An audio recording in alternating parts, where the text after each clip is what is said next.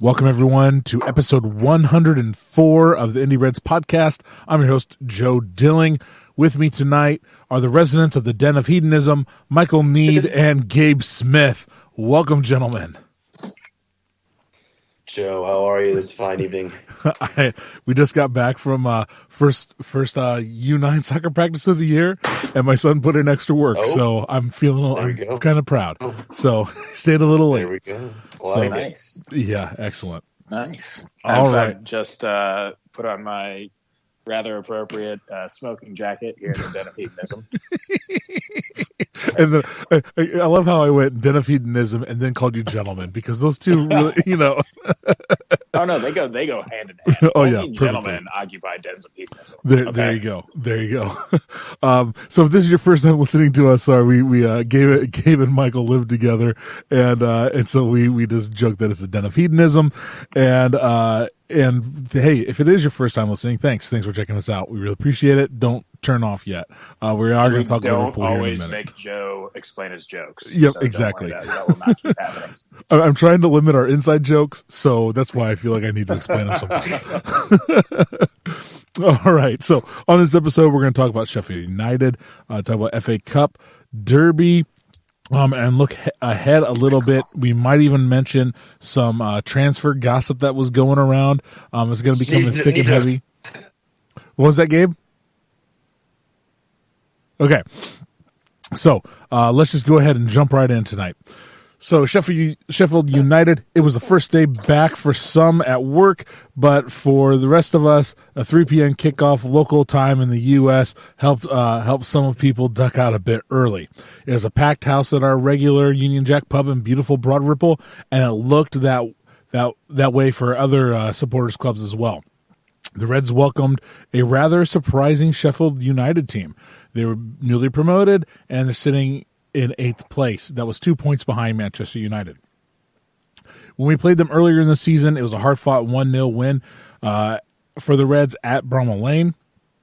However, this match, it seemed that Sheffield didn't expect to win and were going to try and sneak out at least a draw. Plus, Sheffield were playing around 48 hours after their previous match against Manchester City.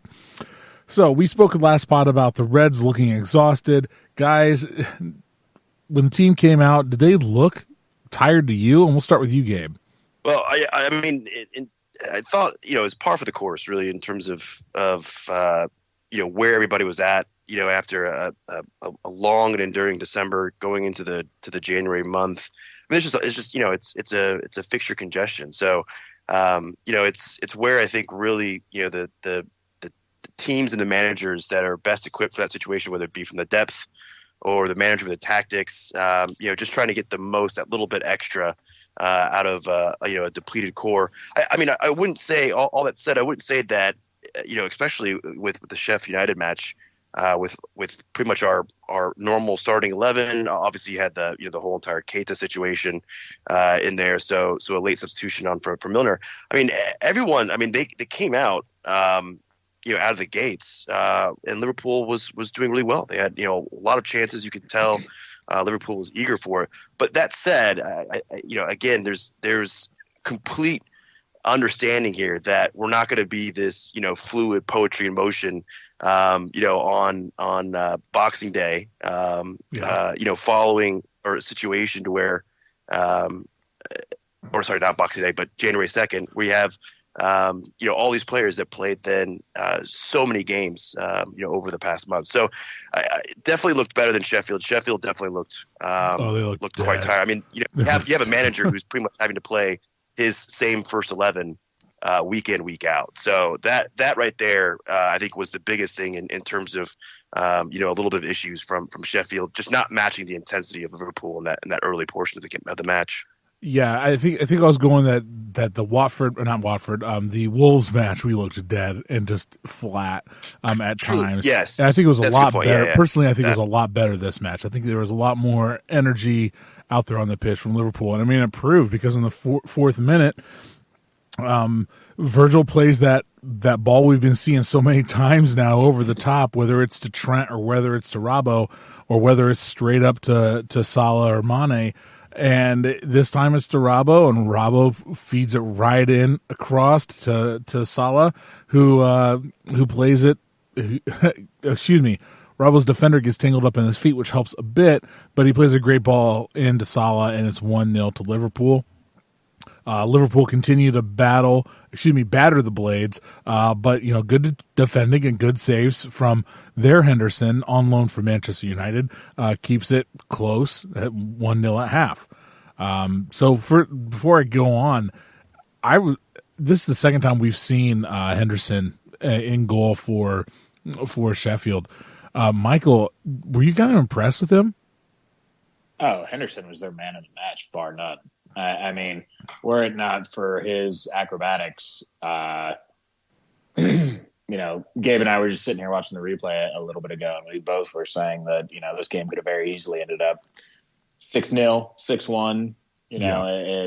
Henderson, I have to imagine that he's back at United next season. I know De Gea just signed a contract extension at the beginning of the year, but with his recent form and, he's a Spaniard, he's going to want to go back to Spain sooner or later. And I don't think United are going to have any interest in keeping him around. Yeah, I mean, who knows with Edwards? I mean, come on, he pays, what was it, 90 million for Slabhead, and he does not even fit enough to hold Edwards. Why are you saying Edwards? Not Edwards. I'm sorry, Ed Woodward. I was going to say. Yeah, this is pretty close. Do not besmirch Michael Edwards' name. Jim. Oh my lord, I deserve a timeout. I swear I have not partaken tonight. It's like I hope we didn't swap him overnight. That would be that'd be terrible. Very raw deal there. That'd be terrible. I'd quit. I think that's a good way to put it too. Actually, quit. All right. So anyway, the second half begins, and it's a lot like the first ended. Liverpool totally dominant, but lacking the final result. But then in the 64th minute, Mane collects a nice ball on the left, beats a few guys, plays it to Salah. Mane continues his run. Salah plays it back to Mane, who stretches for it, kind of gets a toe to it. Henderson saves it, but doesn't put it all the way out of the way. Mane just follows it up, beats everybody to it, 2-0, the Reds. And that was pretty much all she wrote. So Liverpool stays top the league, 13 points, and a game in hand over the rest of the field. So, guys, I want your thoughts on this match. Are there any real players that stood out to you in this match of having a really great game, a good game, somebody that maybe we I don't know if you can, because, I mean, I think possession was like 80% to Liverpool. But if there's anybody that you kind of thought was lackluster, we'll go back to Gabe first. Yeah, I mean, I think it's certainly Mane and Salah were the stars of the show. Now, obviously, we should have, again, as Michael noted, we should have had more goals with the kind of chances there. So there was, granted, some heroics from Henderson, but also I think just a slightly off, full steam there with both of them in terms of not getting on the score sheet a bit more through the course of the match, but. Firmino was pretty absent from his. I mean, he was still doing his duty in terms of trying to win the ball back. Always applying pressure. Wasn't though sharp with the passing. Just kind of had an off night. Clearly, obviously, our fullbacks are always doing well. Robertson, getting back on the assist march there with Trent and that competition. I think that's the great thing that I pull out of these situations is right now with the team dynamics is you got a really great friendly rivalry that goes on. From the assist standpoint between Robertson and Alexander-Arnold, they're really pushing each other at all times. And then, from a goal standpoint, Mane and Salah. And it's just the right balance. We're seeing other teams, we'll talk about Spurs a bit later, where, apparently some of the inner locker room team dynamics just aren't clicking, and so it's refreshing. I think that's one of the biggest things that I got out of that. Again, outside of it just being a very congested schedule, to see Liverpool always, finding a way to keep it going is really reassuring in terms of this year's campaign. But, those were the most notable for me. Michael, anything to add on the players that stood out for you? Quick sidebar about Firmino. I swear that, his wife just gets on Liverpool message boards and EPL message boards and just lets him know when people are starting to talk too much shit about him not scoring a goal. And then he just comes out and scores 2 or 3. Gets really greedy for a match or two. Comes out, scores 2 or 3, and then just dips back down to his deeper role. But beyond that, Firmino's wife on the message board said I think is what Michael's saying there. Yeah, she's on Reddit. Yeah, I think she's like, they're talking shit about you again, Bobby. Let's go bleach your teeth again, and get you back out there and score a few more. No, I think there were several standouts. I think Mo had a game that should have seen him with a hat trick. Mm-hmm. Even on that first goal that he scores, I think he got very lucky to not have his leg get wrapped up even worse than it did and get a little bit of an injury on that one. But after that, he stung Henderson's hands twice, I think, and Henderson had a couple of absolute world-class saves. Dean Henderson, sorry. Yeah. But really, what really stood out to me is just the dynamism of the team as a whole and the ability for each individual player to interchange positions and even sections of the pitch. You notice throughout the game, both Virgil and James Milner making very deep runs into the opposing team's box in pursuit of a goal on the end of a long cross. Yeah. Each one of them individually. And, there was no lack of cover anywhere on the pitch when that happens. Nothing like that. The other player that really stood out to me is I think Henderson Jordan Henderson also had an excellent game for Salah's should have been a goal that Dean Henderson just pulls a brilliant save out of his ass. It was Jordan Henderson's perfect ball into Salah's feet from close to the halfway line that set Salah up for that goal. And does anybody remember, is Dean Henderson's English? Is he not? Yeah. Yeah. Oh wait, okay. He's England's like third string keeper right now. Oh, okay, yeah, that's right. Yeah, well, I want to come back to that a little bit later on with the podcast. But yeah, I think that you want to talk about England's keeper situation later. Yes, he's only got little arms. Let's hold on to that first. Only got little arms. But that's the only reason they have me on the podcast is for the tangents. Let's analyze these English goalkeepers, shall we? But yeah, no, I think if there were any standouts on our team, they were Salah and Henderson. But I really do think that the team as a whole showed just how difficult that they're going to continue to be with their ability to move fluidly and switch positions so fluidly. Yeah, I completely agree. Virgil, he scares me sometimes. Yeah. He had a beautiful tackle, but if he's even a half second later, that's a card because he was on the last defender. Is that the one slide tackle? Yeah, it was either at the end of it was before the end of the first half. Yeah, so it could have been like 1-1 situation, or at least a 1-on-1 with the goalie. At that point, so yeah, I completely forgot about that, but that's definitely a good shout. But it shows in the 45th minute, it just popped up on the highlights. But it just shows, the class of him and how he has impeccable timing. It was a great performance, I think, from the whole team. I really don't want to say anybody was bad or anything like that. One fear I do have is Naby Keita gets injured in the warm-ups, and they have to start James Milner. So are we looking at I haven't heard of how long this is going to be. Anybody have an update on Naby Keita's injury, or kind of is this a big concern for you guys? Yeah, like I said, blame me on that. That's my fault. Of course I post on LC Indy, which I rarely even check on Facebook in general. I hate the site, but Facebook, not Indy, not our Indy Red side portion of it.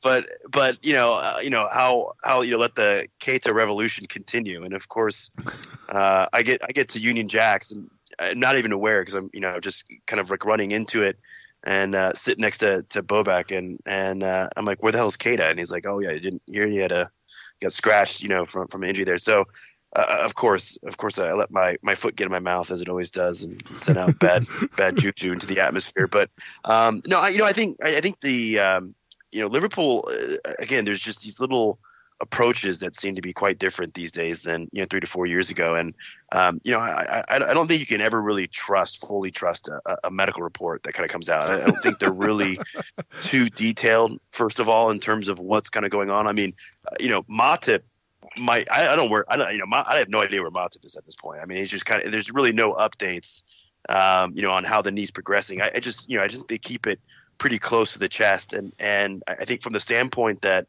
in all these situations, whenever we do encounter an injury, and it's kind of the next man up, as when Fabinho's been out, as well here recently, there's just been enough solid play from the person that just has to fill that role, whether it be for that match or for, an extended week or two or more, that they get the job done. So there hasn't been this kind of, really deep focus on, where are these guys that have been kind of out for a period of time, or where are these injury updates? We're not so worried. It's gotten to the point to where just through the past couple of weeks, I've kind of forgotten about Fabinho from that standpoint in that lineup. Keita has done such a great job of really shining in the moment that he had. And again, it's unfortunate, for Keita in this, and it just seems like he never catches a break with these kind of situations.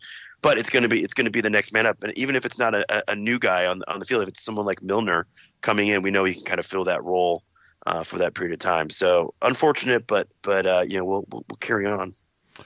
Michael, anything else you want to say about Keita? No, it's so disappointing that every time that he really starts to get on a roll, that he just has these continued fitness issues. And I can't imagine that you could put any of the blame on the Liverpool medical staff or the Liverpool training staff, because the pace and the energy and the resilience that the rest of the team is playing at right now is nearly unfathomable. Jealousy aside, you are beginning to see the lot of the Liverpool are doping and they can't actually do this well, this many days in a row. Andy Robertson barely sits out a match. I literally think that this FA Cup match, barring when Klopp, well, I guess Klopp did play the kids on this one, but Robertson hasn't sat out all season. And just the pace with which he continues to play is absurd. And so I can't imagine that anyone could put any of the blame at the Liverpool medical or training staff. So I think that I'm going to continue to be worried about Keita until he can put, a couple months together of solid performances. Just because, I mean, when he's on the pitch, he's increasingly phenomenal. But he's on the pitch increasingly less. You know what I mean? Yeah, true. One of the things that I've seen going around, there's a really good sports scientist, you might call him physical therapist, geared towards team sports or whatever, Simon Brundish. He also does a lot of like pressing stats or whatever. But he points out that when you get a lot of these high-performing athletes, or heck, any athlete at all, and you're doing this kind of schedule congestion, that's when the soft tissue injuries come. I mean, look at Newcastle. He points to Newcastle at one point. I guess they had 4 like muscle injuries in the match this past weekend. 4. And so you can't even sub out 4 people. So, well, we all know that, but still, it's just like, wow, that is tough. And it's just muscles are worn out. They've been going too hard, too long. And I'm not going to say that with Naby because I think he's gotten more time. a game's rest here or there that others hadn't. I mean, he was rested before this match, but it's just freak muscle issues happen. I mean, I kind of talking over. I know you want to say something, Gabe, but I mean, I go back to Steven Gerrard. He early in his career always had this groin injury, and it wasn't until they finally got a different team in to look at him, or he got used to, or the team got used to him, and they got on a different kind of training program, that he didn't have these groin injuries. That would keep him out a month, but regularly. So maybe that's something that we're going to need to see with Naby. They probably are evaluating his rest training, what training he does, kind of stuff, and then we'll start getting him for longer stretches of period. Gabe, and you can make the same argument about Jordan Henderson 2 to 3 seasons ago, and I get that, but it was plantar fasciitis, and that's something completely different. Different with the muscles versus the Henderson's foot thing was something weird, in terms of that. But I get that point, Michael, in terms of it, and it is just these kind of situations. I think the Keita thing we can't forget too. That it's really the national team that really was a setback from the summer. I mean, really playing him aggressively when he was in a really delicate state, set him back to where you couldn't have a proper preseason, Liverpool. And I know Simon Bruddish, in terms of following him on Twitter as well, in that respect, to a lot of the things and focus that he does. And, that would be another aspect that he would talk about is lack of preseason, lack of really having that same kind of part, the fact of a, full season going into a summer tournament, and then, having an injury, and then, pretty much not playing, game time kind of full 90 minutes. And then in a, 2 to 3 week stretch, being called upon a couple of times. It probably was not that, again, to your point that Liverpool, really put him in a bad situation. I'm not necessarily saying that, but I think it is kind of one of those things to where damned if you do, damned if you don't. He's going to need to get the minutes to really do that. And sometimes these kind of things can occur. But, the ultimate, fault here, because I think you made an excellent point in bringing up the Newcastle fact is really the ultimate blame should go to the English FA. They create this situation to where you have to have teams that are now prioritizing which tournaments, in a again, very congested 2-month schedule. Do they prioritize? Or in the case to where they're going to get lambasted by the media by not treating certain tournaments then, adequately or evenly, that they're now forced to play players then, with 2 to 3 days rest. And so, it's always been a controversial issue with the lack of winter break and all those kind of things. And I think it'll always continue to be that way when you have, this string of injuries that always kind of creep up around the same time period with all the teams in the Premier League, from that case. So the good news is, though, is that the Klopp was saying that they weren't going to be ready for the FA Cup match, maybe not for Spurs on the weekend, but they're saying that like Fabinho's close, and Lovren's close, and was it Matip as well? Might be close as well. I mean, heck, Ox we'll get there in a second, but Ox was a surprise for me. I was surprised to see Ox on the bench. Brian was thinking that watching back in that replay, and you see his knee moving, or immediately you see him in the boot walking around. You're like, crap, he could have really damaged that ankle. So it's good to see him back on the pitch, even though he might not be 100% ready to go. He got to run out and we'll get there in a minute. So let's just do it, man. Is there a man of the match? I'm just gonna go team man of the match. This one. All right. You guys, Michael, Gabe, you guys have a man of the match? Just jump in. I would just say, so I think it's, you could take your pick between Mane and Salah. Certainly Mane has the kind of game decider, but really, again, if it wasn't for that brilliant save from Anderson from Salah's second effort there, that was a clear goal. He had, I think he was just a little bit more of the lively of the two. So I'll give it to Salah for this one. All right, Michael, you got a man of the match? Can I give it to Dean Henderson? Is that allowed? usually this is a winning team, but if you want to give it to Dean Henderson, well, I guess I'll allow it this time. So, Well, if it's, I'll pick Henderson just so that I don't say the same thing as Gabe. But I think that the amount of control. Well, no, sorry, Jordan Henderson. Okay. Sorry, Jordan Henderson. The amount of control that he showed in the midfield, and his passing in particular this match, I thought was spectacular. So I do really think that Salah had the better game between he and Mane, but I can still feel comfortable giving it to Jordy. All right. Yeah. Let's end this Henderson talk and start talking about the FA Cup Derby. I was not feeling no Hendersons appear. No Hendersons, yes.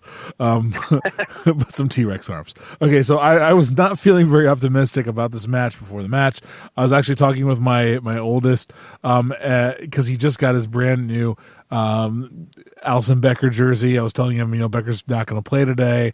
Do you really want to wear that jersey because you don't want to wear something new the first time and it'd be a loss because then it's a jinx. And he's like, no, I'm going to wear it anyways. So Everton put out their perceived best lineup, and Liverpool, feeling like they needed to rest some of their more senior starters after this fixture pileup that we've been talking about, and because they have some injuries. So they couldn't risk any more injuries, and the bodies were tired. So Klopp basically fields the U23 side with Adrian, Milner, Minamino, and Adam Lallana. So the Anfield streak against Everton was on the line, and the match starts as we expected. It was mostly Everton in the first half. Looked at. We had some good glances, I think, from Harvey Elliott was doing some job. I think the guys are hanging in there, but Everton were seeing a lot of the ball, and they were seeing some good chances. I think Adrian makes a lot of good stops there as well. But however, it's not long into the match, but Milner picks up an injury and is replaced by yet another youngster in Larouci. Do you guys remember watching Larouci up at Notre Dame? Yeah. I liked him.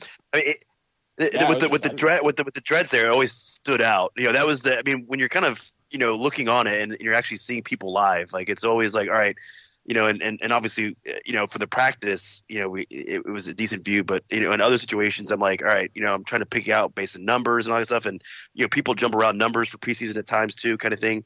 But Larouci, you could always find Larouci. That was always one of the easier ones to stood out with the dreads there. So I love that. Yeah, and he wasn't far forward like Divock, so sport the dreads as well. Big Div has it completely different though. Yeah, true. Now, my thing with Larouci is that either Brian being Brian and just trying to create a conversation or not. But we were in the media area, and he asked James Pierce how to say Larouci's name, and so he hears from James Pierce how to say Larouci. So that was kind of fun. So you can just imagine Brian. So I'm afraid I'm going to say it wrong. Just you can just see Brian doing that. Being Brian, love it. I love it. So anyway. Liverpool had maybe one shot on target the whole first half. I already talked about Adrian, and it stays 0-0 at halftime. So Liverpool come out in the second half, and they start to have more possession. However, in the 71st minute, Curtis Jones and Divock Origi play a little 1-2. It comes back to Jones. Ox is calling for it. It's a great picture from the touchline. If you get a chance, Ox is going, "What are you doing?" And Ox just from Toxeth own Curtis Jones calls his own number, puts it upper 90 far post, and T-Rex Arms can't get to it. It is 1-0 Liverpool. The Union Jack pub goes crazy. Anfield's going nuts. Oh man, against almost all odds, Liverpool advance in the FA Cup. Everton still haven't won a trophy since 1995, and they haven't won at Anfield since 1999. I love it. I love every single minute of it. I love the fact that they're singing, "He only has little arms. He only has little arms. He couldn't he couldn't touch the crossbar. He couldn't touch the crossbar. He's only got little arms." Love it. His name and a song now, Oh man, it's great. It's great. So, Toxeth's own. All right, quick trivia. Who else is from Toxeth? Oh, God. Liverpool player. Famous Liverpool player. From what? From Toxeth area. It's Robbie Fowler. Robbie Fowler. Yep. Robbie Fowler. God. It's from Toxeth. Anyway, so let's start talking about some individual player performances. So it was the first time we got a chance to see Minamino in the Liverpool red. Michael, what'd you think about Minamino in the match? I thought he was brilliant. I was frustrated when he came off. All right, Gabe, Minamino. It's a tough situation in terms of kind of first opportunity to play. You're playing with mostly the reserve team kind of thing. So you're not gonna have a chemistry with anyone, frankly. And I think it's just I'm sure that Klopp gave some pretty simple instructions. The way that Salzburg played. With the high press and kind of the double teaming in certain situations. So it's certainly not foreign, for Minamino in terms of those kind of concepts, but I'm sure they set him a pretty easy game plan just to kind of get inundated with Liverpool squad. No complaints, but certainly it's one that I'm, looking forward in other situations to kind of see how he can really help the club through the year. Yeah, the signs are there that it's going to be a good play. To pick him up. So I'm happy with him. We saw just a little bit of him. I liked it. I think he's gonna fit this team pretty nicely. The curious case. Do you think? Go ahead. His instructions were get the ball and don't give it to anybody else. I think it was because it was basic. Yeah, probably in German, no less. He gave instructions just to see if Minamino has been pulling any of that over in Austria just to ensure. So, but say fuck in English a couple times, like Jesse Marsh. All right, I don't know if that translates. Anyway, the curious case that is Adam Lallana. I thought he was really good in this match. I mean, and do you think maybe his career is going to continue on? He's out of contract at the end of the summer. Gabe, what do you think about Lallana? Yeah, I mean, he'll definitely continue on, somewhere else, in that respect. I mean, he's still got. I think if he's managed well in the respect of where his body's at this point in time, I think he needs to go to a slower league. One that's not going to be as demanding, and I think he can definitely, put in, a couple more. Very good, to really, be the star of wherever he goes. I don't see. If I were him, I wouldn't do I wouldn't touch anywhere near the Premier League in that situation. But that aside, it was definitely good. I think, it's more of indication, and I'm not really trying to talk him down there, but more of indication of just how bad Everton is at the moment. They had a lot of chances, but I mean, let's be real here. I mean, we have a situation to where this, even with your intro, I think that the most confident Red, in this situation when we're, undefeated, in the Premier League through the course of the season, is still seeing this as a potential banana peel game. It's a derby match kind of thing. It happens to be the FA Cup as well. There's just at some point all those things. When you hear. My first thought, just because I'm an eternal pessimist with this, my first thought when you hear, Everton hasn't won at Anfield, since 1999, your first thought is, well, they're clearly due, right? Yeah, so, I'm with you, Gabe. I'm a pessimist too. It's just the match that happened. So in the lineup that we place, again, you get a Minamino's first day here. You get, Crivello, who's almost out in the abyss.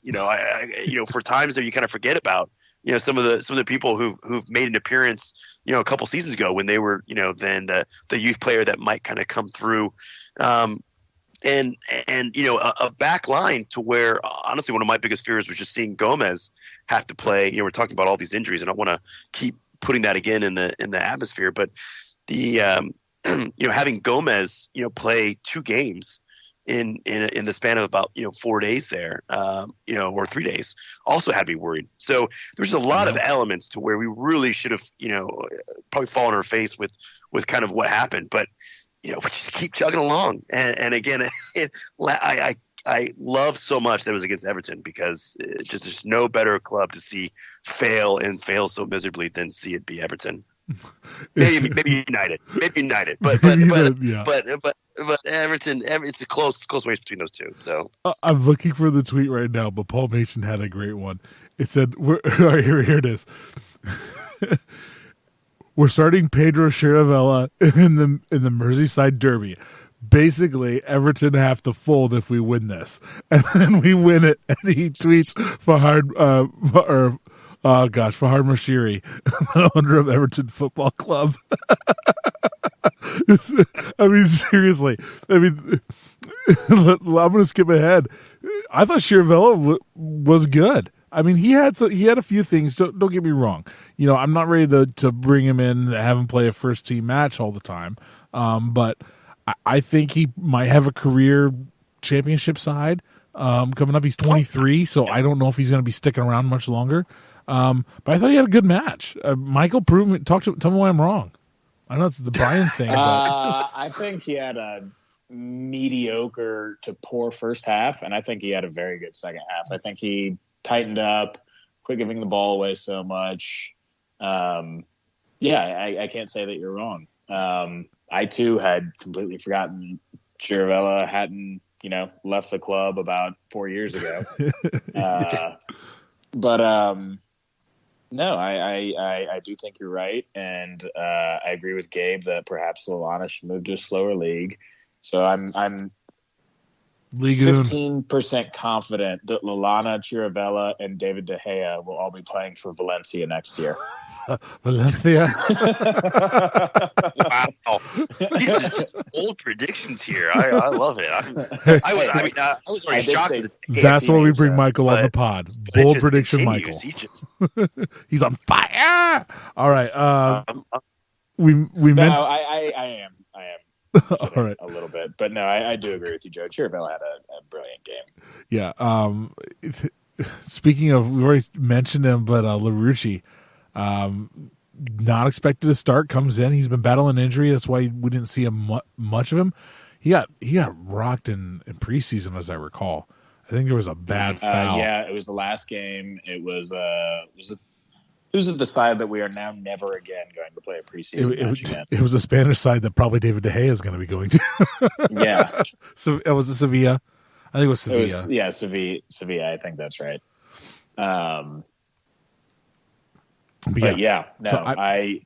In retrospect, we all would have wished for him to start the match over James Milner, but I'm sure the thinking was Milner would provide a little bit of maturity to that side. And he's the vice captain. I understand the reasoning, but... and he's the vice captain. I mean, it's just awesome. Yeah.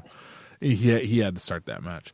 I think Gabe Larouci. What'd you think about Larouci in the match? I thought great. I mean, I think obviously a new standard has been set with Liverpool in terms of what Klopp is expecting from the fullbacks, and again it's reassuring to see again this kind of top down model to where again we're aligning everything senior team to the U23s and downward. To where there's just going to be certain attributes that you're looking for, and so we're not going to have fullbacks to where the only priority is from a defensive standpoint. Yeah. They're going to need to be able to have some attacking edge on them. At least make it difficult for the defenders on the opposing side to know which person am I marking, or who are we double teaming? Can we afford that? And I thought Larouci was great. I thought Nico Williams was also. I mean, it's a player who I don't see very often, don't hear about very often, and I thought he as well put in a great performance on the opposite side. Yeah. So it just there was it was a nervy first half. Don't get me wrong. It really, again, Everton really should have had Adrian deserves a lot of credit, but and especially in situations to where he's got his there was a couple kind of feet type saves, two specifically that I'm remembering, where it's just quick reactions. But he's fortunate enough that the Everton players have this whole entire goal, and they decide to keep shooting it right exactly where Adrian is standing. So beyond that kind of first half jitters, and again, you can totally expect that with the type of team that we have out there with the youth there, and probably losing one of the most senior people, or not probably, definitely the most senior person that was on that pitch with Milner in an early injury. To see them still kind of rally through some of those early parts. There was some real highlights, out of that. We'll certainly get to Chris Jones because that's clearly the biggest highlight from there. I'm always continue to be impressed by Divock, before getting to youngsters, just in terms of his capacity to accept the role that he's in and always do well and find something, to get out of the match. He's really just a player that we can always kind of count on. Even if we only give him 10 minutes, he's going to find some way to contribute. I think Elliott didn't look like he was out of his element, at all. So just really, it's reassuring to see that. I think the only thing that I'll tie on, just to kind of bring it back a little bit, is it's just disappointing that, again, Brewster's had a little bit of injury situations kind of too that have kind of not really let him be able to work anything to this campaign. But that was kind of one area that I was really looking forward to, these kind of FA Cup, League Cup type matches, because there was Liverpool itself, it may be to its own detriment now, really hyped up Brewster this campaign, and that was one of the big things about not signing another striker, in that respect, that we're going to see a kind of a stepping up role, and it's just been unfortunate that hasn't really come to fruition as of yet. So that's really the only kind of thing to where it's disappointing in this kind of match that we weren't able to see him really be able to again take that kind of next step, but it's understandable that he hasn't really, again, with injury issues and some other things, it just hasn't really taken flight. Oh, I mean, let's be honest. I mean, Brewster doesn't start this match because he's just coming back from injury, and he's lined to go out on loan. So they're not going to risk a loan deal for him in that regard. But all that is a concept. I mean, like, if the whole entire objective was, we could have had him, on loan with a club that probably could have had a better choosing of clubs than to put him on loan, and he has a full year with that, if that's the direction that we really want. I mean, there's just been a series of setbacks that I that even happened before the injury that just have not allowed for him to really progress. And it's gonna be a year lost, really, in the grand scheme of things. Which is, again, it's just the only kind of realistic, again, eternal pessimist kind of perspective that I'm just taking from all the great things that are going on in Liverpool right now is just that. But yeah, no, fair enough with that. But aside from injury, I think that also the thing that keeps pushing him back is the evolution of Harvey Elliott. I mean, guy's 16 years old, and I thought he could probably slide in as a sub in for the first team if needed. I thought it didn't look too big for him. I don't think the game looked too big for him or anything like that. But I was a fan of Harvey in this match. Yeah. So. Yeah. Well, Michael, you go ahead and jump in. Jump in. I don't want to argue with Gabe all night.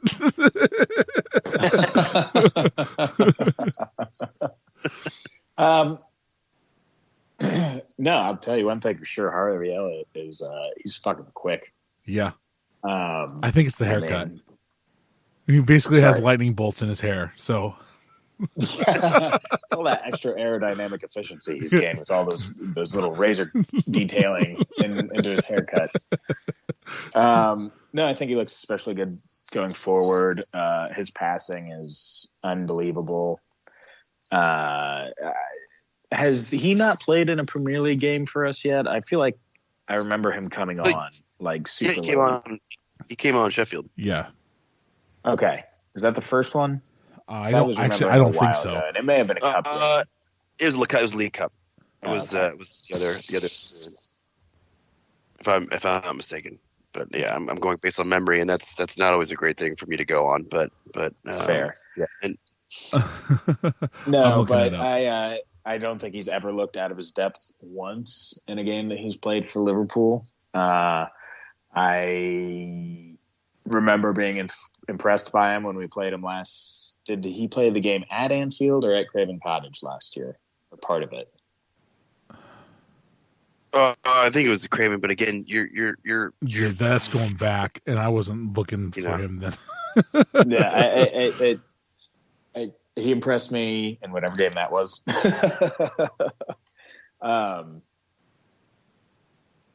His first EPL match was the second Sheffield United when he came on for Mo Salah. Sorry, go ahead. Sorry to bring your train of thought. I'm finished. All right, that's what she said. Okay, and so we Gabe kind of lumped a few guys in together that I was going to talk about, but I want to talk about the back line a little bit. We already mentioned the two outsides, but I was really impressed with the way Joe Gomez led the back line. You can tell that he's obviously ready to make that his position again, and then he's watching and learning from Virgil, because. Nat Phillips, let's be honest, he was playing for the second for Stuttgart in the Bundesliga 2 or whatever it's called, and he comes back and he's only been here for a day or two, and he had a solid performance. I think a lot of that goes to Joe Gomez, but I think that they they got a little bit of a slow start. And Everton got a lot of looks the first half, but they got it together in the second half, and they might have gotten a couple shots, but man, Richarlison, he was quiet all day. You didn't hear his name. Calvert-Lewin, a lot of guys that hate playing against him, but let's be honest, I remember seeing Nat Phillips in Notre Dame going, holy cow, that dude's big. I mean, not Virgil big, but he's just solid. He's big and solid. And yeah, I was quite like, holy cow, who's this dude? But I thought the whole back line had a good solid game, and Adrian, like Gabe said, great saves, kept us in it in the first half for sure. So, you guys want to jump in on any of that? Michael, you didn't get a chance to talk too much about the back line or Adrian. I think that Phillips grew into the game very similar to Chiravella. I think he had a reasonable first half. I think his first half was more reasonable than Chiravella's, but I think he really grew into the game in the second half and started pushing up the pitch a little bit more and being more confident in his tackling. But Adrian was spectacular this match. I know that many of the saves that he had weren't the ones that he had to stretch for, but I think his proficiency played a large part in us not having to replay Everton in a couple weeks. So I was quite pleased with Adrian's performance. I was quite happy with not having that replay. Be perfectly honest. That's the biggest thing of the whole game for sure. Yeah. Who needs another game right now? Oh, jeez, yeah. I mean, luckily, even if it is the kids. I mean, Milner got hurt in this game. Let's also be honest. This is the first year with winter break. It's 2 weeks. We still have to get to February for that. But anyway, it is what it is. Let's also. Don't we have a week off after Spurs? We have a whole week, but it's not like 2 solid weeks in between matches that they were going to call winter break. It goes Spurs then United, or is it the FA Cup 4th round in there? Can't remember. We have United on the 19th. Oh, yes, the 23rd. We have Tottenham or something on the 11th. Yeah, it's 11th, 19th, and like 24th or something like that. Anyways, okay. One quick question before we move on. Nat Phillips recalled from Stuttgart. Do you think that maybe this is a sign that the Joel Matip injury is worse than what was originally anticipated? Gabe? No, I mean, I think he's one of those situations to where, and I was not following, Phillips in terms of his campaigns, but I'm not sure how many appearances and all that kind of stuff. Again, but I think with the lack of center back options, I don't know if I see enough from Phillips to where he's going to have a career at Liverpool. I think it's a situation to where it's in your best interest to recall to have bodies for this match. I mean, you already again have Gomez going on 3 days.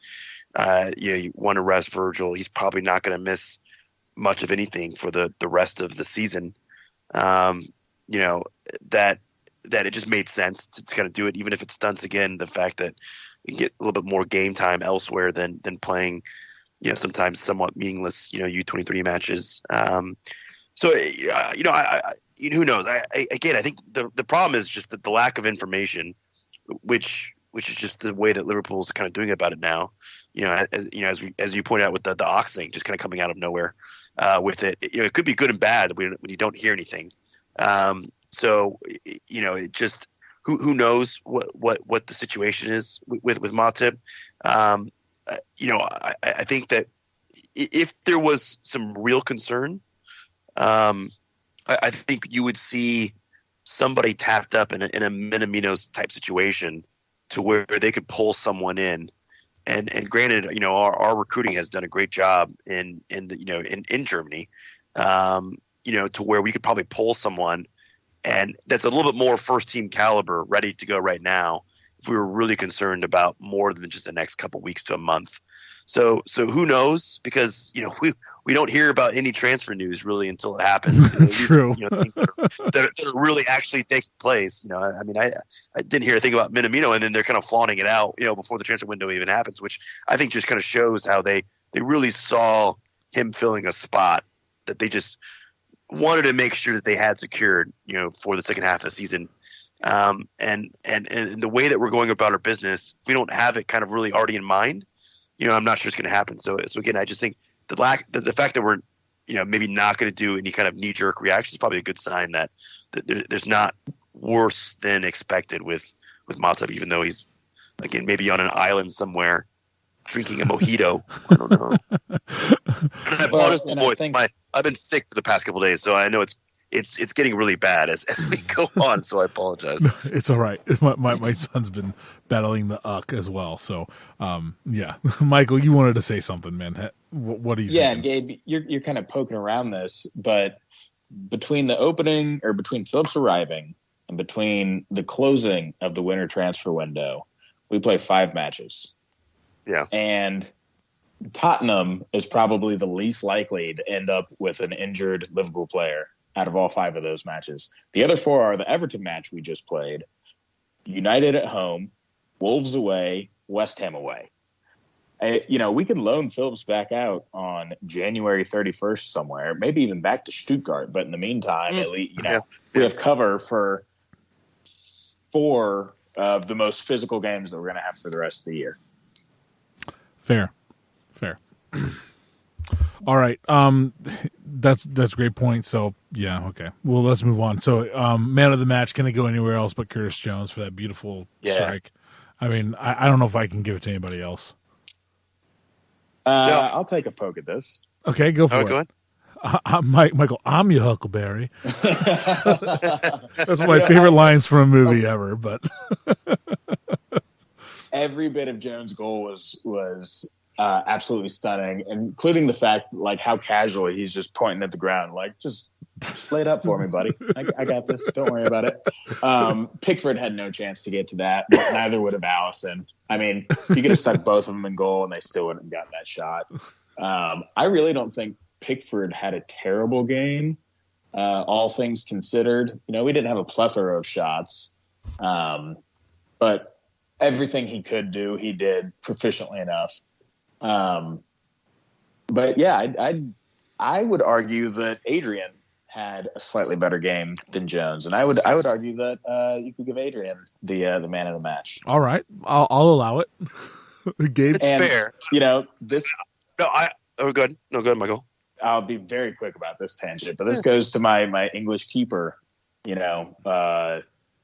situation is, Jordan Pickford, while he had no chance to get to that goal, has been atrocious. He let 5 in the last time we played Everton this season. And he's out acting like a complete asshole, taking 4.5 minutes to chug a beer at the darts tournament. When his team are essentially fighting relegation. If I was England's Coach, Dean Henderson is looking more and more like he may be kicking Jordan Bickford the curb. Gareth Southgate. Yep, yep. There it is. We know that you're listening. No, I dig it. We know you're listening. So Gareth Southgate, Dean Henderson. Actually, I'm looking up who England's number 2 goalkeeper is. He must be shit if he's the number 2. It's probably still Joe, the old City keeper. Crazy Joe Hart. Yeah, isn't it still Joe Hart? No, he's at West Ham, or he's at West Ham. He was at West Ham. No, he's at who the fuck is he at now? No, he's not at West Ham anymore. He's on the continent. I thought he was on the continent. I don't know. I don't talk about English keepers any more than I have to be quite honest. No, that hurts we had a week when we saw England's number 1 and number 3 apparently play the best team in the league. Well, no, England's number 3 played the best team in the league. England's number 1 played the maybe 10th best team in the league. The second best team on the Merseyside. Yeah, the second best team on the Merseyside. Yeah. Okay, here we go. I'm on the England side. Keep going. All right. So I just wanted to say before we wrap this up, Nick Pope is the number 2. Dean Henderson is number 3. Yeah. And Nick Pope's been having he's been having a pretty decent season too, I think. Yeah. I love all the songs that have been going around, but I had never heard this one, and we're listening to some of these guys from Redmond. They're like, "Hey, we were dusting off stuff like you wouldn't believe. Liverpool are magic and Everton are tragic. Nah. And that's pretty much a way to sum it all up. So, yes. It's a walking soap opera. Oh my gosh, I feel bad. Ancelotti's very complimentary, Gabe. Ancelotti's good. There's a lot of yelling and beating, and it's not good. Man, and Ancelotti's probably going, "What the fuck did I get myself into?" This whole team needs to be sold. All right. Yeah. So let's look ahead a minute. So this weekend we're traveling to I don't know what the fuck it's called, but the new White Hart Lane. Is that what it's called? Yeah. I don't know. I know. So we're gonna play Spurs. That's what they call it. The new White Hart Lane. That's the official naming. It's all outside. No, I thought it was White Hart Lane 2.1. It took long enough. They had to do it. White Hart Lane, we finally built it. Oh my god. So anyway, they're traveling up to London, and oh Jesus Christ, it's the worst name. Okay, it is literally just Tottenham Hotspur Stadium. Oh. Well, it's probably a TBD until some big money person comes out, or a company comes out to do sponsor rights. But yeah, well, you think they would have sold those already? They needed the money. That's like how I do my soccer, fantasy teams. Is I at least put a placeholder name, thinking that at some point I'll come back to actually thinking of something creative, and then I ended up not, and Gabe's I just team. keep it as the name for the entire time. But it's just Gabe Smith's team. It's just how it plays out. They're waiting for it, but it'll just eventually stay that way years from now. Oh man! All right, so we're gonna play Spurs at home. Harry Kane, I believe, is I don't know. It was kind of who knows? They could be playing games, but Harry Kane probably out for the match. Got injured in the FA Cup match. No, and before the FA Cup match and their last league match.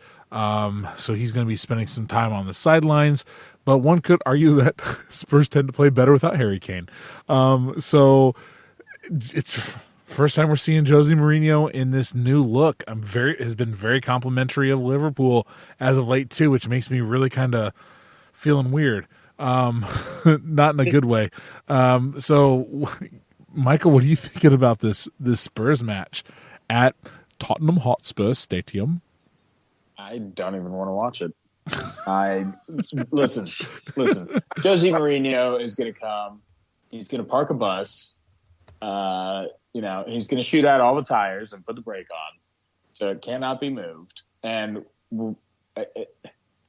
we got to sit there and watch us, blast 42 shots on a 10-man target. And pretty much. I mean, they'll try to counter with Son, but I mean, let's be honest. Christian Eriksen is an attacking midfielder, and you're going to make him defend this match. I think particularly against us, they're lucky that Harry Kane's not fit, so that they have to play Son because, as you said, a counterattack is going to be the best bet for a goal. And, Harry can't just sit up next to the goal and wait for someone to hit him in the face and go in.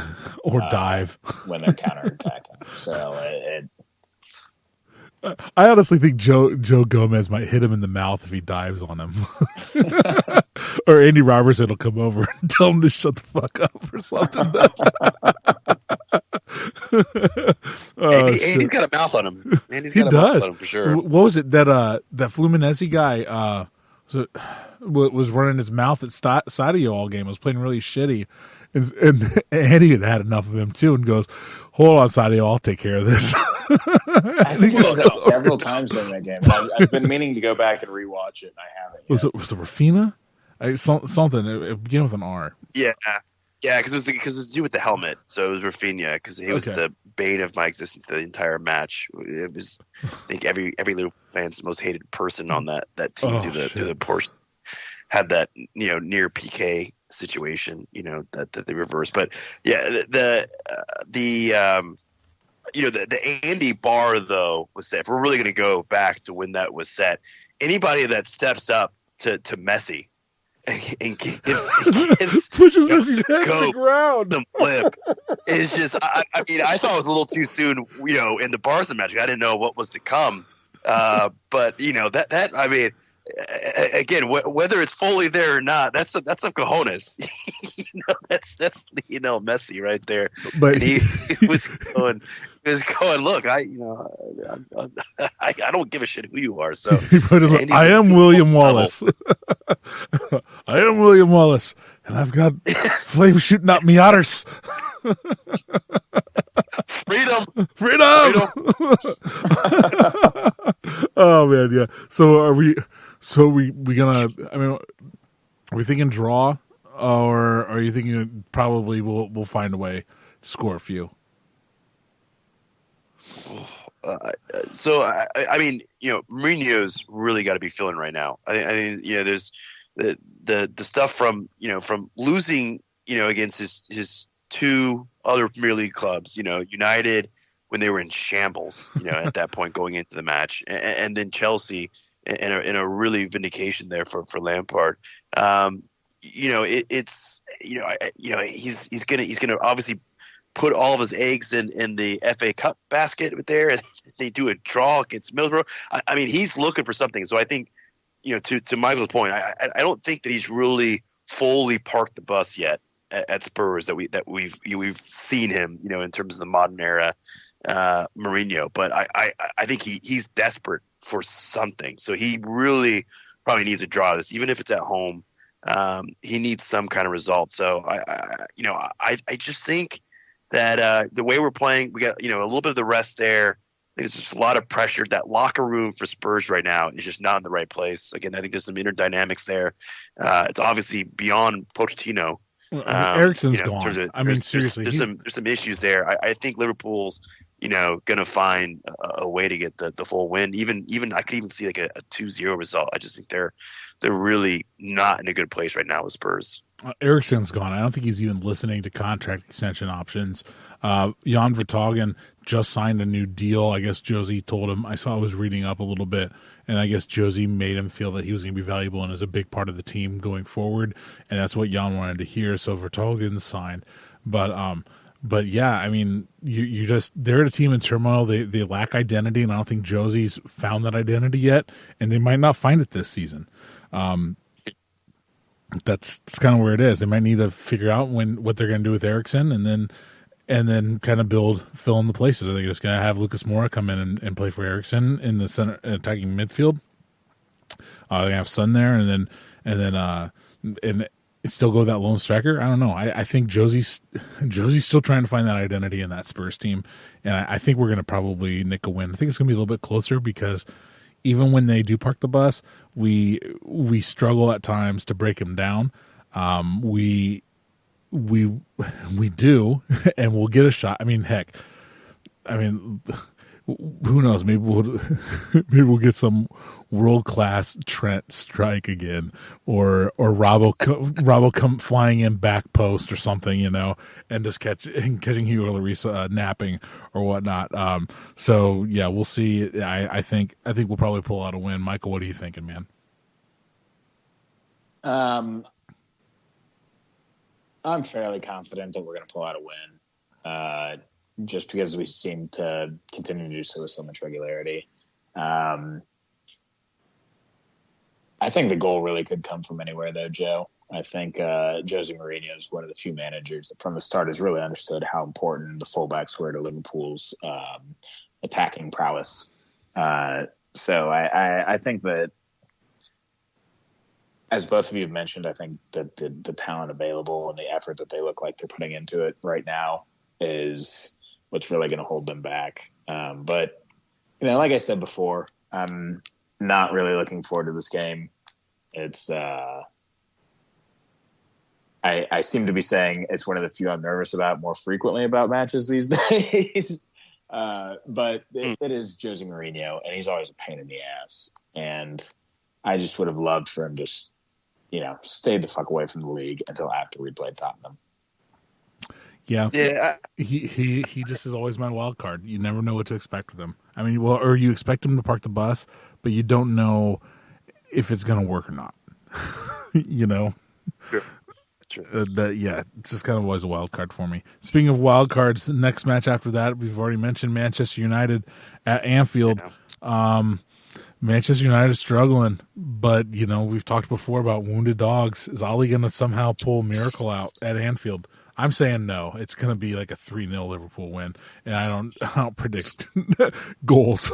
I'm knocking on wood. I'm not jinxing us, but I'm saying no. It's Liverpool's for the taking, and we're gonna be pissed about that Old Trafford draw, and we're gonna get the win. What are you thinking, Michael?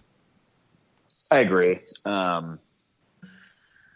I think that our curse at Old Trafford continues, but even that could only hold us to a draw this year. I don't think United have shit. They will show up for the game just because it's us, but I can't imagine that this isn't going to end up a Liverpool victory. It just... Yeah. I mean, their backline's getting better. It still has moments, let's be honest. But that midfield's a disaster. It depends. I mean, even if you're playing Pogba, their midfield is just a hot mess. Oh, I wouldn't say that. But I mean, look, I think in reverse of Michael, I'm definitely a bit more nervous in United match than Spurs. Again, I think we're in good shape. That United, we just don't put in. No matter what our form is, we just don't put in a solid match. Didn't second half of the second fixture of last season, when pretty much every advantage was in our in our court, with how the game was starting to play out. We just couldn't really be fluid at all. And United, they're having obviously a bad year, and I love seeing them suffer. But their biggest faults are always with lower teams. Are actually doing decently well against top 6 clubs. So they did win the Derby, didn't they? The Derby. I mean, you have again in terms of put a number on Spurs. And I just think that the way that it's not gonna be again a United Liverpool match that we're used to seeing of old kind of thing. It's kind of a rework to where Liverpool is going to try to get on the edge, and United's going to find any way to kind of stifle that in the way that we were doing that 5, 6, 7 years ago, because we weren't necessarily having the advantage on the pitch. So it's one of those things to where I hate fucking playing United. No matter what their form is, they always find some way of putting a wrench in our plans, kind of thing. That said, we're this team this year is far different, from years past. Even in the past year, they keep building upon everything. So I'm looking forward to seeing how Klopp tactically goes about that, and seeing who all will be available by that point. Hopefully we have some people who can also kind of come off the bench, maybe give a little resurgence there, whether it be Fabinho or someone else. So in that case, it's going to provide a little relief if we start getting some people back too. Yeah, I see what you're saying, Gabe. It is a lot of that derby mentality between Manchester United and Liverpool, and I might be a little overconfident about that. But I mean, you're talking about last year, the fixture at Anfield, we ended Jose Mourinho at Manchester United, and just completely waxed them. They look completely ridiculous. Yeah. And then Ali at home. Didn't really know what to expect. I mean, he was still pretty new by the time when we played him. So we don't. I don't. No. Sorry, he had been there since. But he was interim. He had just had the interim tag removed when they got that draw, which they say cost us the league last year. But we all know 5 millimeters cost us the league last year. But yeah, I get what you're saying, and I tend to agree, and I might have been a little hasty in my prediction, but I have a lot more confidence. I mean, it's at Anfield, and Ollie's treading water, honestly. I mean, come on, they drew, granted they played kids too, but they drew their FA Cup tie against a League One side or whatever, Yeah. So they have to play another match in there as well. So he's going to be searching for something.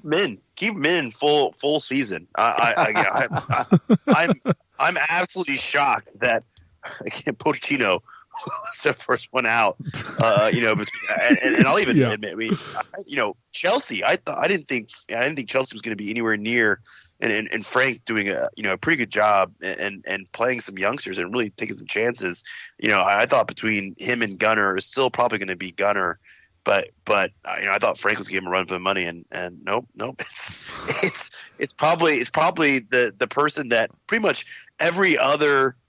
I don't think anybody really has anything bad to say about Pochettino. I mean, we all hate Mourinho, clearly. No one likes Gunner. Or actually we love Gunner. Stay in there as long as possible. Yeah, exactly. Ruin that club. But of the big six, the traditional six in that respect, I thought Pochettino at that time. I think there was pretty much respect from all the clubs with it. I think so. That was always a surprise with it. But no, Gunner, long may he reign.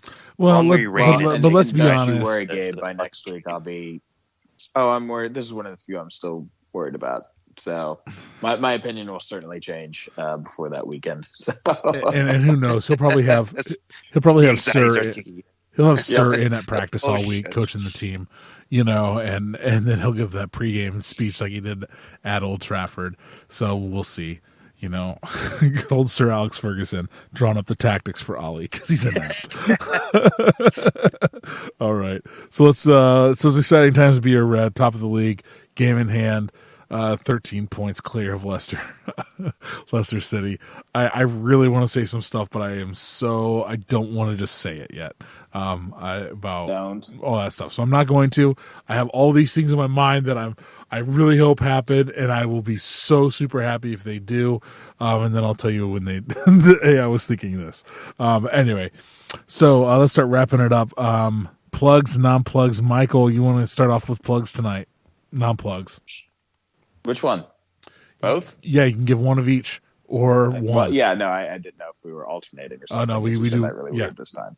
It's your time. Give your plug, non-plug, whatever you want to do. Okay, my plug for today is the Ever Humble shower beer. I've got to say. He's a fan of it. Yeah, over the past, I don't know, year or so, I've, been doing stupid things like going to the gym, and so I take a shower at night afterwards.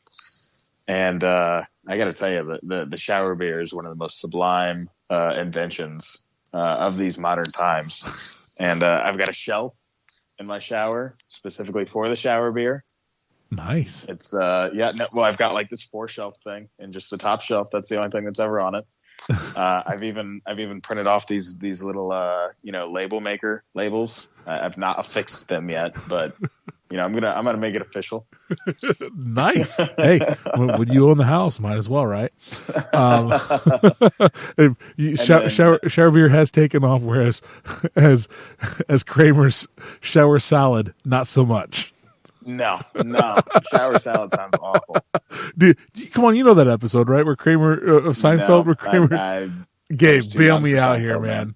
Bail me out, Gabe. Oh, yeah, no, we even had a discussion. I made a Seinfeld reference to him. I think it was last night. Ago, and yeah, I was even and it fell short. I was talking about the shower scene in terms of the no water pressure. He was running the dishwasher at the same time I was in the shower, but it stopped right at the time that I was going to wash my hair, and I was like, he apologized, and I was like, oh no big deal. It came on at the right time when I was washing my hair. The last thing I want is to look like Kramer, when he came out with no water pressure, kind of Jerry, kind of thing, and it just crickets. Oh, man. He just what? Yep. He just, I think at one point he said, "What, boomer?" And I'm like, shut the fuck up.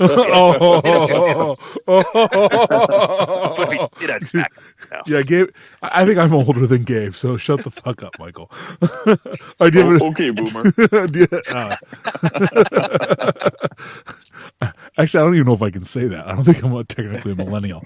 All right, so millennial Michael, do you have a non-plug?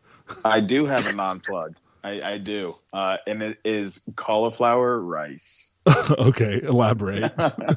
So, my office is close to this restaurant in Fishers called Sam's, and so I eat there. I end up eating there frequently because I'm super busy, and they do like weekly specials and stuff. So they've got like 8 or 10 items, and the food's pretty good too.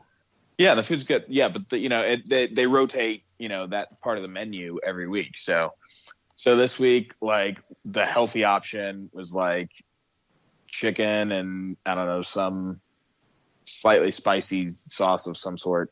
It's like a Cajun pico or something. It was weird. But on cauliflower rice, right? And so I've never liked the texture of cauliflower rice before, so I've never really eaten enough of it to experience this before. But Jesus Christ, man, I've had like the most ridiculously loud farts all afternoon. Like they aren't fetid, it's not like they're unpleasant in any way, but like you cannot hide this noise. Michael's colon for the non-plug.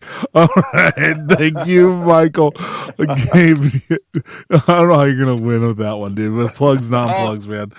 Well, it's a perfect segue. So I'm gonna start with the non-plug first. Then, this is the first day in like 2 weeks I had to return to an office. And so you're returning, back to the whole entire office dynamics, and the bathroom at the workplace now become the new sanctuary of getting away. If you ever need a moment, you need to catch up on Twitter, see the latest transfer rumors, that's kind of going on. Any of that, like that you can find the sanctuary in that bathroom stall, whether you need to go number 2 or not at that point of moment. And I just want to note that there's a special place in hell for people that do not observe the at least one stall in separation, if you can afford it. Like I get it. Like at my work, there's 3 toilet stalls, right? Yep. And I'm not talking about you. I'm talking about, and granted, if obviously there's 3 people up on deck, right? Makes sense. It has to happen. But if I'm already claiming on the far end, and I always go far end, again, you're a bastard child if you sit in the middle when all 3 are open. I question your life decisions. You already know you're going to be in side to side with someone. I just don't understand that. But if I'm picking the far end and there's no one there, you pick the other fucking far end. All right, you do that. You don't bump right into the middle. And I just, I had my sanctuary violated, earlier today to win. So, I had a bathroom to myself, catching up on the Twitter, a little Reddit to go through, and then I had to get someone coming in with their flatulence sneaking up the stall right next to me. At least they didn't talk to you. It was a part of the day. At least they didn't try to have a conversation. I have a question. Gabe, is that you? E-swing of a Segway. I mean, who would have thought? I did not expect that. I had to switch out my what I was going to plug versus non-plug, because I felt, again, I was like, no, listen, this is clearly non-plug territory right off the bat. Let's go. So, all right, Gabe, go ahead, Gabe, man. I have a question for you. When you say the far end, the handicap stall is usually at the far end. Are you sitting? No, we're on the. Maybe I might get an issue with our building in terms of it. We're on the 10th floor. There are no handicap bathrooms, at least on the 10th floor. So there's literally no excuse to sit in the middle stall. Yeah. No, not at all. All right. Again, unless you're a special devil child. Fair enough. I had a kid go stand at a urinal right next to me and look at me when I was taking a piss. And there were a whole bunch of open ones. I was like, "Your dad hasn't taught you urinal rules yet." Shoot him with my foot. I just kind of try to shush him away, just like try to kick at him. I was like, get out, skid. Okay, that's enough for bathroom talk. Gabe, plugs. So a little more serious on there. Do encourage, in terms of everything that's kind of going on right now with Australia, look for some great either nonprofits or organizations out there, potentially donate to. I think, a lot of us have all different kind of causes, whether it be, wildlife or I think there's always there's some element here in all of it, in terms of environmental, climate change, all these kind of things that, a lot of the rural areas that this is affecting the most, is volunteer firefighters. So, they're working long hours. A lot of, the New South Wales fire force, then other things then in terms of kind of putting some support right now when they're being fully trained, both in resources, and again, these are mainly volunteers in a lot of respects. Mm-hmm. Wildlife, is being depleted right now, through the bushfires, which is horrible to see, and obviously people are losing property as well. So a lot of things, I think, if we can, raise $1 billion, for a fire through a cathedral, I think we can also raise some money when a country is literally burning. So just something to take a look at. Fully encouraged. I've already made some donations myself, but definitely it's a soft spot. Obviously, being my second home there, so fully encouraged to take a look at that. Oh, that's a great segue into my first plug. My first plug is Union Jack Pub in beautiful Broad Ripple. Tomorrow night, if you're listening, that'd be Tuesday night, January 7th. They are doing a Dying to Donate for Australia. Chelsea, one of the owners, spent some time in Australia in her college years, and so they're doing a Dying to Donate. So do plan to try to make it to Union Jack and have dinner there tomorrow evening. I know we really appreciate it. And Michael, we might even get to see Brooke, right? And if you could go in and tip the beautiful waitresses and the beautiful and handsome servers. There you go. Misconstrue anything. It's not a gender here. Tip your servers. Server everywhere. Tip your server everywhere. Yes, but especially at Union Jack. I say this because there's no possible way that I could benefit individually from this sales pitch. All right. I'm actually kind of positive tonight too. But bitch better bring me my money. Oh, hey, dirty. That's freaking 20 years. Okay. So Sheffield United manager is getting a plug tonight. I don't know if anybody else saw the post-match presser with Chris Wilder. Good call. I'm telling you, I'm giving a shout to that guy. I mean, he admitted that Liverpool were the better team, and he just said, look, the job. First of all, the job that he's done with a newly promoted team. They're fucking 8th place, and they could be fighting United for 6th. They're only 2 points back from United. Yeah, they're playing a different way too, which is great. So. It's great. It's great to see. He seems like a real great guy. and he's not out there just talking trash about Liverpool like we see from other managers, even very important ones. He's not obsessed with it. He's just said, hey, Liverpool's a better team. Congratulations. You guys are really good. I wish you the best of luck. And that was just awesome. Also kind of a plug. I don't know if you saw the video before the Sheffield United. They were kind of having a little I'll say like a walkthrough out in Stanley Park, and a dog goes over and pees on one of their cones. Yeah. And they all had a good laugh about it, so but also, man, I have 4 plugs today. Liverpool social media after the Everton win has been fabulous. I love it. I love every single minute of it. The Redmond videos are wonderful. It's just been so much fun. There's actually this. I think the podcast account had retweeted it, but it's alternative commentary from Everton, and it's basically somebody typed a bunch of stuff into a computer and it says the words or whatever. So it's like mispronouncing Schneiderlin, and it doesn't take breaks. It's like, oh, and here's a shot from Gylfi. Or from Sigrid, oh God, you are suck. You are a waste of money. Get out of my club. It's great. It's great. So if you haven't seen that, go look for it. Non-plugs. Yeah, I'm not going to talk politics, and that's all that's on my mind. I'm a non-plug tonight. Yeah, so, I'm not going there. I was close to that too. Can I do one more plug? Yeah, sure. Because I didn't know we could do multiple. So this will probably be a joint one from Michael and I. But Conan O'Brien released like the last appearance that Mitch Hedberg did on Conan O'Brien show, and I saw it on Reddit, and I watched through it, and it was absolutely hilarious, and it just made me remember how much I love Mitch Hedberg. So if you've never heard of Mitch Hedberg, check him out. Again, one of my favorite lines from him. I used to do drugs. I still do, but I used to too. And that right there is Mitch Hedberg. Fine comedian. Check him out. Check him out. Jim's a big got on Facebook more frequently. R.I.P. Sorry, and R.I.P. Yes. You would see Jim Dimitri's Hedberg of the Week posts. Wait, on what? On the Book of Faces. Facebook more frequently. He does it. Does he really?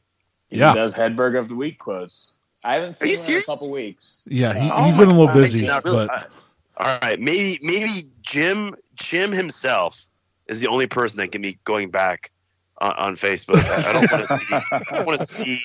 Screw my ex-girlfriend married to someone at this point. Screw you, landlord! I'm not going on Facebook. Platform, I should say. Oh shit! All right. Well, I want to thank both of you guys for coming on tonight. It was fun. We're going a little long, but man, we had a good time. Also, thank you for if it's your first time listening, your 104th time listening, or if you've listened back more than that because maybe you liked an episode or something like that. But anyway, no matter where you fall in that spectrum, thank you so much for checking us out. If you like what we do, please do hit that subscribe button. It really does make a difference, and we really appreciate it. If you want to get a hold of us, I'm going to put the contact information in the podcast notes. And signing off for episode 104 of the Indie Reds podcast, this is Joe Dilling. You'll never walk alone.